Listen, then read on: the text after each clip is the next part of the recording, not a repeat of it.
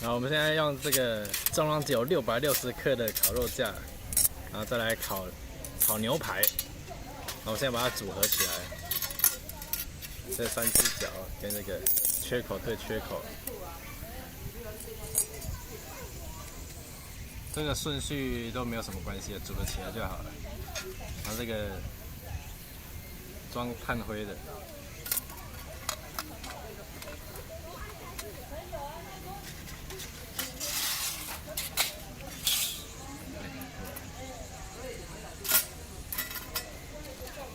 然后这2片是一样的，把它组起来。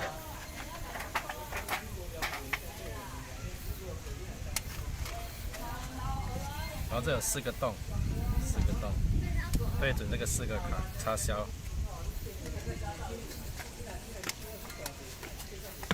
把它塞进去，就好了。然后这个是放火种的，这个小小的烟囱效应就靠这个组起来，还有一个口可以放东西。从上面把它装上去。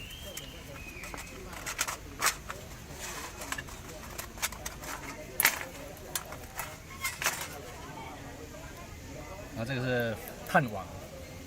那我们今天要是这个我手工自己做的酒精的气化炉。那我们先把它放酒精。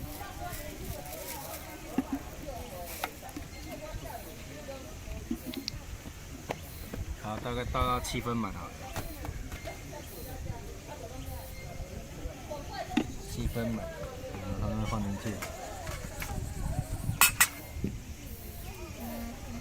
然后放炭网，还要放木炭。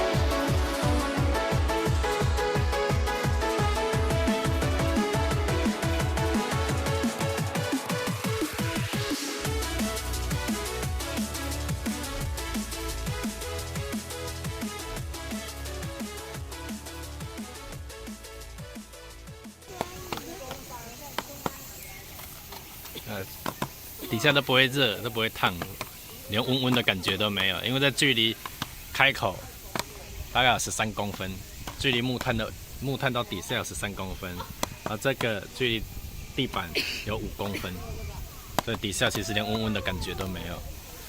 是冰的。